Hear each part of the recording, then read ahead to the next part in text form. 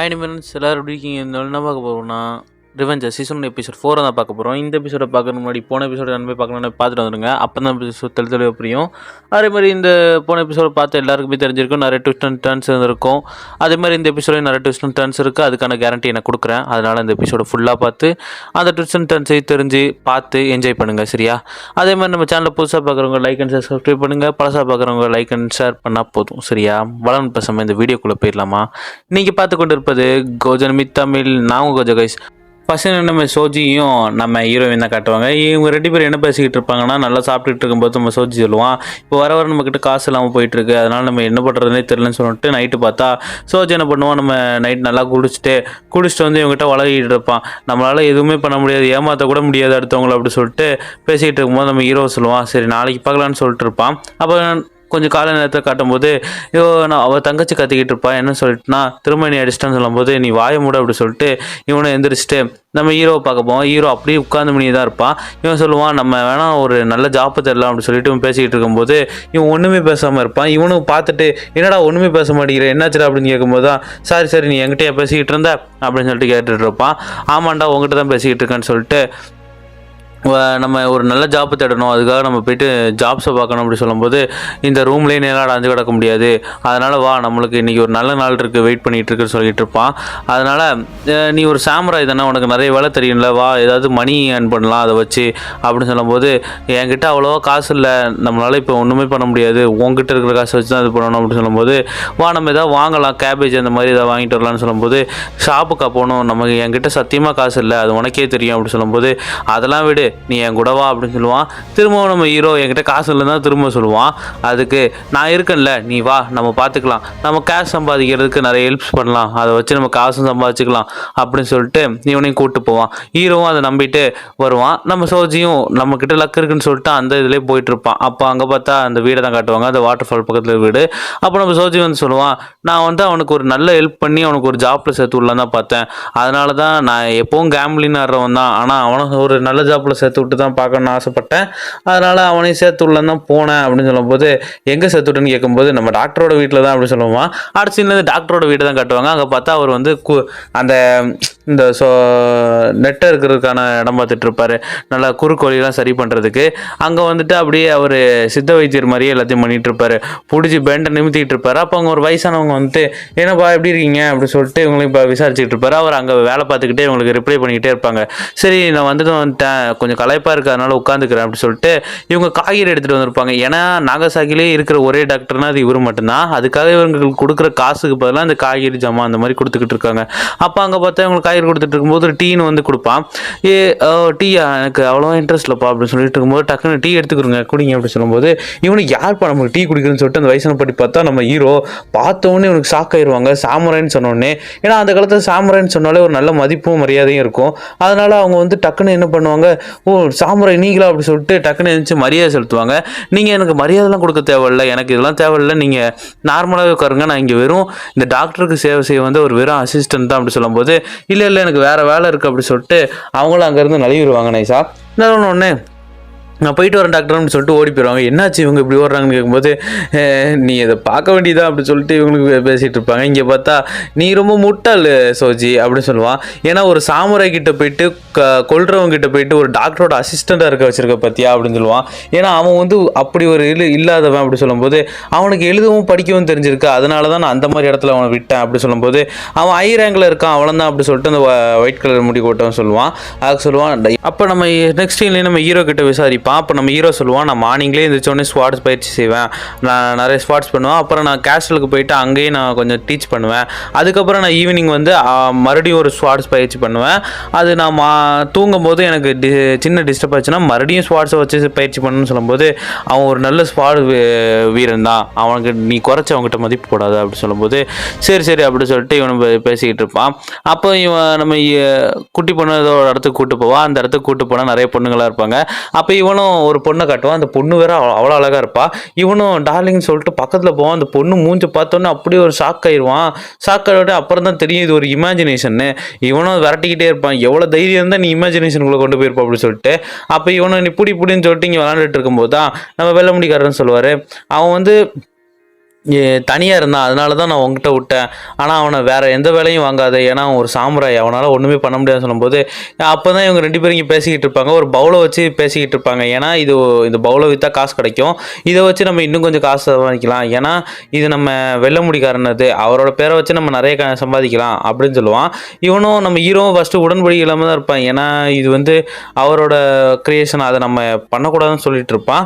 ஆனால் இவன் சோஜியும் எப்படியோ மழுப்பி இதை பண்ணால் நல்ல ஒரு வேல்யூக்கு போவோம், இதை வச்சு நம்ம கொஞ்சம் பிஸ்னஸ் பண்ணி அதுலேருந்து காசை எடுக்கலாம் அப்படின்னு சொல்லிட்டு இவனை மைண்ட் வாஷ் பண்ணிடுவான். ஹீரோவும் அதுக்கு ஓகேன்னு சொல்லிடுவான்.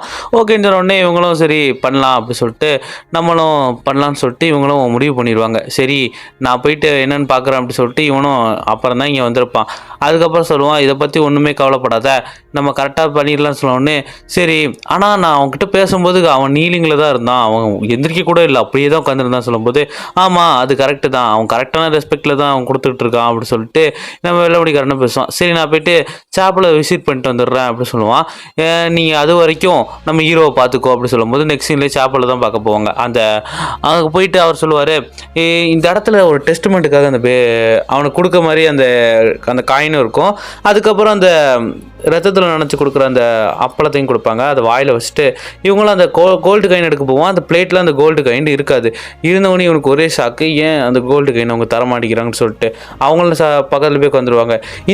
இது ரிவெஞ்சரோட அசோசியேஷன் வந்து நிறைய ஃபுல் அன்ஃபீல் ஆகிட்டு இருக்கு. ஏன்னா எல்லா சின்னருக்கும் ஒரே மாதிரியான ஈக்குவலான தண்டனை தான் கொடுக்கணும், அதனால் எங்களை நீ ஏமாற்ற நினைக்காத அப்படின்னு சொல்லும்போது நான் ஒன்றும் இங்கே ஏமாற்ற நினைக்கல, ஏன்னா இதை கரெக்டாக தான் இங்கே பண்ணிகிட்ருக்கோம் அப்படி சொல்லும்போது இது நாகசாகியோட ட்ரேடு யூனிவர்ஸுக்கும் தெரியும், அதே மாதிரி இதை பண்ணுறவன் அசுமியா, அவனை தான் நம்ம போட்டு தள்ளணும், ஏன்னா அந்த பாஜாமா போலீஸு கூட அவனுக்கு கீழே தான் வேலை பார்த்துக்கிட்டு இருக்காங்க, அதனால கண்டிப்பாக அவனை போட்டு தள்ளியே ஆகணும், ஏன்னா அவன் அங்கேருந்து தப்பிச்சிட்டான், நீங்கள் கொல்ல வேண்டிய 2 பேர்லேருந்து அவன் தப்பிச்சு ஓடிட்டான், அதனால் நீங்கள் அவனை கண்டிப்பாக கொலை பண்ணி தான் ஆகணும், இதை தான் நம்ம ரிவெஞ்சர் அசோசியேஷனுக்கு செய்கிற நீங்கள் பெரிய உதவியாக கூட இருக்கலாம் ஆர்டர்னு சொல்லுவார். இவனும் சரி.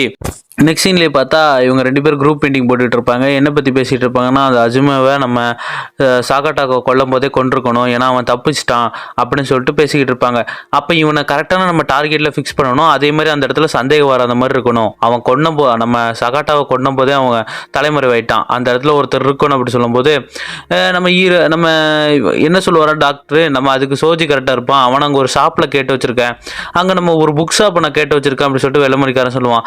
அவர் வந்து லீவுக்கு போகிறாரு, அதுக்கு பதிலாக நம்ம அங்கே போய் இருந்தோன்னா நைட் அவன் எப்போமாவது வருவான், அவனோட ஒய்ஃபு கூட அங்கே தான் இருக்கா, அவளை தேடி கண்டிப்பாக வருவான், அப்போ நம்ம பிடிச்சிடலாம் சொல்லும்போது நம்ம சோஜி சொல்லுவான், இது கரெக்டான ஆள் நம்ம ஹீரோ தான், அவனே சூஸ் பண்ணுங்க, ஏன்னா நாகசாகியில் அவனை விட்டால் யார் இருக்கா அப்படி சொல்லும்போது அப்போ நம்ம கூட்டி பண்ண சொல்லுவோம், அவன் மூஞ்சை பார்த்தாலே ரொம்ப பயமாக இருக்குது, அவனை போய் எப்படி நம்புவாங்க, ஏன்னா அப்படி ஒரு சாமுராய் இங்கே உட்காந்து யாராலையும் நம்பவும் முடியாது அப்படின்னு சொல்லும்போது நம்ம வெள்ளமுடிக்கார சொல்லுவான், இதுவும் ஒரு லெசன் தான், அவன் கற்றுக்கட்டும் அப்படி சொல்லுவான்.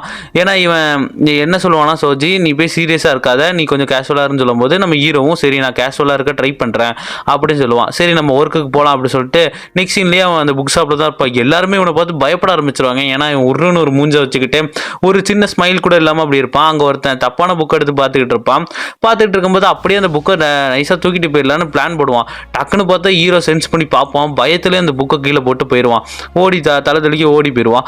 ஓடி போனோடனே நம்ம ஹீரோவும் என்னடா அந்த புக்கை கீழே போட்டான்னு சொல்லிட்டு பார்க்கும்போது அங்கே சின்ன சின்ன பெயிண்டிங்ஸ்லாம் இருக்கும். பெயிண்டிங்ஸை பார்த்த ஹீரோ என்ன பண்ணுவான், சரி நம்ம பெயிண்ட் பண்ணலான்னு ஒரு சின்ன ஞான உதவி வரும். அப்போ இங்கே பார்த்தா நம்ம சோஜி வந்து வேவ் பார்த்துக்கிட்டு இருப்பான். பின்னாடி வந்து அந்த குட்டி பொண்ணு சோஜின்னு கத்துவா. இவன் பயத்தில் ஐயோ ஒன்றும் இல்லை நான் சொன்ன மாதிரியே பார்த்தியா, அவன் எல்லாமே கரெக்டாக தான் செஞ்சுக்கிட்டு இருக்கான் சொல்லும்போது பார்த்தேன் அப்படின்னு சொல்லிட்டு இருக்கும்போது இங்கே பார்த்தா அவன் டக்குன்னு எடுத்து எல்லாத்தையும் பெயிண்ட் பண்ண ஆரம்பிப்பான். நிறைய டிராயிங்ஸ்லாம் அவன் தத்ரூபமாக பெயிண்ட் பண்ணுவான். அதுக்கப்புறம் கரெக்டாக ஒரு நல்ல ஒரு டிராயிங், ஒரு பூனைக்குட்டியோட டிராயிங்கை பெயிண்ட் பண்ணிக்கிட்டு இருப்பான். பெயிண்ட் பண்ணதை அது பாதியாக தான் நம்மளுக்கு அந்த சீனில் காட்டியிருப்பாங்க. அப்புறம் இவங்க வரவங்களுக்கு எல்லாருமே பெயிண்ட் பண்ணி கொடுத்துக்கிட்டு இருப்பான். அதை அப்புறம் நைட் நேரமாக ஆயிரும். இவன் அப்படியே பெயிண்ட் பண்ணிக்கிட்டே இருக்கும்போது கரெக்டாக இவங்க நினச்ச மாதிரியே அந்த அசுமி வந்துடுவான். வந்துட்டு இவனை பார்த்த உடனே எல்லாத்துக்கிட்டே இன்ஃபார்ம் பண்ணிடுவான். இவனும் என்ன பண்ணுவான், உள்ளே போயிட்டு சொல்லுவான், அந்த சக்காட்டா செத்த உடனே நானும் தலைமுறை ஆகிட்டேன், ஏன்னா எப்படி இருந்தாலும் என்னையும் போட்டு தள்ளிடுவாங்கன்னு, ஆனால் இப்போ வரது எனக்கு பெரிய ரிஸ்க்காக இருக்குது, நான் ரிஸ்க் எடுக்க விரும்பலன்னு சொல்லும்போது நீ என்ன நினச்சிக்கிட்டு இருக்க, இப்போ எல்லாமே கிளியர் ஆகிட்டு நம்மளால் இனிமேல் யாராலையும் நம்மளை இனிமேல் தொடக்கூட முடியாது அப்படி சொல்லும்போது இவனும் அப்படிலாம் ஒன்றும் இல்லை அப்படி சொல்லும்போது பின்னாடி வெளியே சத்தம் கேட்கும். ஏன்னா சக்கட்டா கொண்டது யாருன்னே தெரில, அதனால எனக்கு சந்தேகமாக தான் இருக்குது. கொன்னவன் யாருன்னு தெரிஞ்சால் தான் நம்ம நிம்மதியாக இருக்க முடியும் சொல்லும்போது இவனும் வெளியே வந்துட்டு யார் இங்கே சத்தம் போட்டுன்னு சொல்லிட்டு வெளியே பார்த்துட்டு இருப்பா. மேலே பார்த்தா அந்த பட்டம் வளர்ந்துட்டு இருக்கும். நம்ம அப்பவே தெரிஞ்சிருச்சு நம்ம குட்டி மண்டா விட்டுட்டு இருக்குன்னு. இவனை என்ன ஒரு கைட்டு போயிட்டு இருக்கு அப்படின்னு சொல்லிட்டு விட்டுருவா. டக்குன்னு பார்த்தா அங்கேருந்து ஒரு அம்பு சல்லுன்னு இங்கே வரும். கண்ணு மிக்கிற நேரத்தில் அவனை தொலைச்சிட்டு அப்படியே பின்னாடி போயிடும். போன உடனே இவளுக்கு பார்த்த உயிரே இருக்காது. கத்திக்கிட்டே வெளியே ஓடுவா. ஐயோ யாராவது ஹெல்ப் பண்ணுங்க இங்கே ஒருத்தர் வந்துட்டானு. இங்கே பார்த்தா நம்ம டாக்டர் அப்படியே சூட்லாம் போட்டு தரமாக விட்டுட்டு நிற்பாரு. இங்கே பார்த்தா அந்த பட்டம் இருக்கிற பொண்ணு அப்படியே பட்டை விட்டுக்கிட்டே இருப்பா, ஏன்னா டிஸ்ட்ராக்ஷன் பண்ணுறதுக்காக. இவனும் வெளியே வந்துட்டு யாராவது ஹெல்ப் பண்ணுன்னு சொல்லுவான். அப்போ நம்ம வெள்ளை அடிக்கார வந்துட்டு சொல்லுவான், இவன் அங்கேருந்து ஒரு ஆரோ வந்துச்சு, எப்படி கொண்டுச்சுன்னு தெரியல, சல்லுன்னு வந்துச்சு, அது சவுண்டே ரொம்ப வித்தியாசமாக இருந்துச்சு அப்படின்னு சொல்லும்போது, ஓ ஆமாம் நீங்கள் எதுக்கு வெளியே ஓடி வந்தீங்க, நீங்களும் அந்த கொலையில் பங்கெடுத்துருக்கீங்க அப்படி சொல்லும்போது, நீ என்ன சொல்கிற, நீ வேற மாதிரி பேசிக்கிட்டு இருக்க அப்படி சொல்லிட்டு இருப்பான். ஆமாம் நான் வேற மாதிரி தான் பேசுகிறேன் அப்படின்னு சொல்லிட்டு டக்குன்னு அவன் மூஞ்சில் அந்த துணியை மாட்டிட்டேன். அப்படியே அங்கே போயிட்டு அவனோட போஸ்டில் இருப்பான். இவளால் மூச்சே விட முடியாத நேரத்தில் டக்குன்னு திறந்துட்டு, மேரி இவங்களோட பாவத்தை மன்னிச்சு இவங்களுக்கான ஒரு இடத்த நீங்கள் ஏமானில் கொடுங்க அப்படின்னு சொல்லிட்டு கடைசியாக அவ்வளோதான் முடிஞ்சோடனே அவள் அப்படியே செத்து போயிடுவா. நெக்ஸ்ட் சீன்லேயே அந்த ஷாப்க்கு போகிறோம். சரி நான் லீவுக்கு போனது நல்லா இருக்குன்னு நினச்சேன், உங்களோட இது எப்போவுமே போகலை, நீங்கள் கரெக்டாக தான் பார்த்துருக்கீங்க, தேங்க்ஸ் அப்படின்னு சொல்லிட்டுவான். இவங்களை என் டியூட்டியை தான் நான் செஞ்சேன் அப்படின்னு சொல்லும்போது, சரி நான் அப்படி சொல்லிட்டு இவனுக்கான பணத்தையும் கொடுப்பான், நம்ம ஹீரோக்கான பணத்தையும். அவன் சொல்லுவான் இது கொஞ்சம் அதிகமாகவே இருக்குது அப்படி சொல்லும்போது, இல்லை நீ இந்த ஷாப்பை அவ்வளோ க்ளீனாக வச்சுருக்க, நான் கூட இப்படி வச்சுருக்க மாட்டேன்னு சொல்லிட்டு அவர் டிராயிங்ஸை பார்ப்பான். இது நீனா பண்ணன்னு கேட்கும்போது, ஆமாம் நான் தான் பண்ணேன்னு சொல்லும்போது, நீ வெஸ்டர்ன் ஆர்ட் ஏதாவது கற்றுருக்கீங்களா சார் அப்படின்னு கேட்கும்போது, இல்லை நான் அப்படி ஒன்றும் கற்றதில்லை அப்படின்னு சொல்லும்போது, அப்போ இது எப்படி இந்த டிராயிங்ஸ்லாம் உங்களால் சாத்தியமாக வரைய முடியுது, இதை பாருங்கள் இந்த டிராயிங்ஸ்லாம் செம்ம இதாக இருக்குது, இதெல்லாம் பப்ளிஷ் பண்ணால் வேறு மாதிரி ஹிட் ஆகும் அப்படி சொல்லிட்டு அந்த டிராயிங்கே நம்ம வெள்ள முடிக்காரங்கிட்ட காட்டுவோம். அது தத்ரூபமான ஒரு பூனையோட டிராயிங்கு. இதை பார்த்து அவனுக்கே ஒரு ஷாக்கு. அதே இடத்துல இந்த எபிசோடை என் பண்ணிடுவாங்க. மீண்டும் நாளைக்கு ஒரு நல்ல எபிசோட் வந்துக்கிறேன். அது வரைக்கும் நம்ம சேனலை முடிஞ்ச அளவுக்கு ஷேர் அண்ட் சப்ஸ்கிரைப் பண்ணுங்கள், மறக்காமல் ஃபாலோ பண்ணுங்கள், ஷேர் பண்ணுங்கள், இன்ஸ்டாகிராம்லேயும் நம்ம ஃபாலோ பண்ணிக்கிறோங்க. சரியா, முடிஞ்ச அளவுக்கு ஒரு சப்போர்ட்டை கொடுங்க. ஏன்னா நீங்கள் கொடுக்குற ஒரு சப்ஸ்கிரைப் அண்ட் லைக்லேயும் தான் நான் மோட்டிவேஷன் ஆக முடியும். அதனால தான் நான் டெய்லி கண்டென்ட்ஸ் போஸ்ட் பண்ண முடியும். சரியா, அதனால் முடிஞ்ச அளவுக்கு நம்ம சேனலை சப்ஸ்கிரைப் பண்ணுங்கள். 1K அடிக்கிறதுக்கு இன்னும் பக்கத்தில் தான் இருக்குது, ஏன்னா நம்ம ரொம்ப சீக்கிரமாகவே வந்துட்டோம். சரியா, அதனால் முடிஞ்ச அளவுக்கு நாளைக்கு ஒரு நல்ல எபிசோடில் வந்து மீட் பண்ணிக்கிறேன். உங்களுடன் வந்து விடைபெறுவது உங்கள் கோஜன் மித்தமிழ். Bye guys.